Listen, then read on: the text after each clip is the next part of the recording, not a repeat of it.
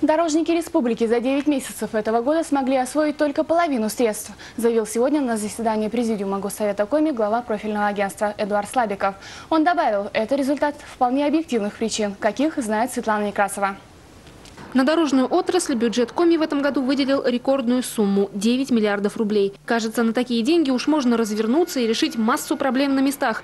Однако небольшие объемы подрядчиков не заинтересовали, и конкурсы на проведение работ просто не состоялись. Понятно, что подрядные организации, которые трудятся на территории республики, они просто были не готовы к таким объемам.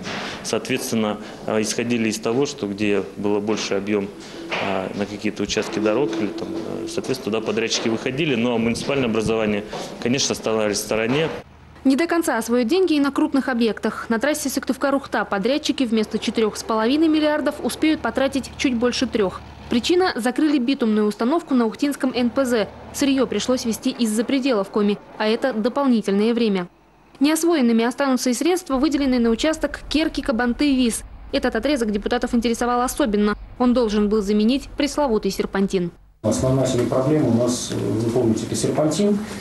И много было сказано о том, что нужно его в кратчайшие сроки восстанавливать дорогу, новую, вернее, строить. И к концу года мы должны были получить какое-то движение рабочее по этой дороге. И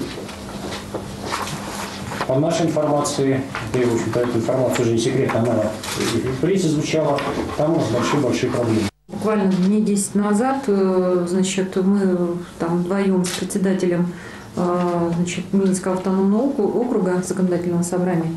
Значит, одной из ситуаций практических разруливается по серпантину, связанную с проходом тяжеловесных грузовых машин. И, в общем-то, проблема, она такая сегодня достаточно серьезная. На строящуюся трассу без конца прорывались большегрузы из НАО. Ни уговоры, ни шлагбаумы, ни охрана на них не действовали. В итоге тяжелые машины разбили 4 километра уже подготовленного под асфальтирование участка.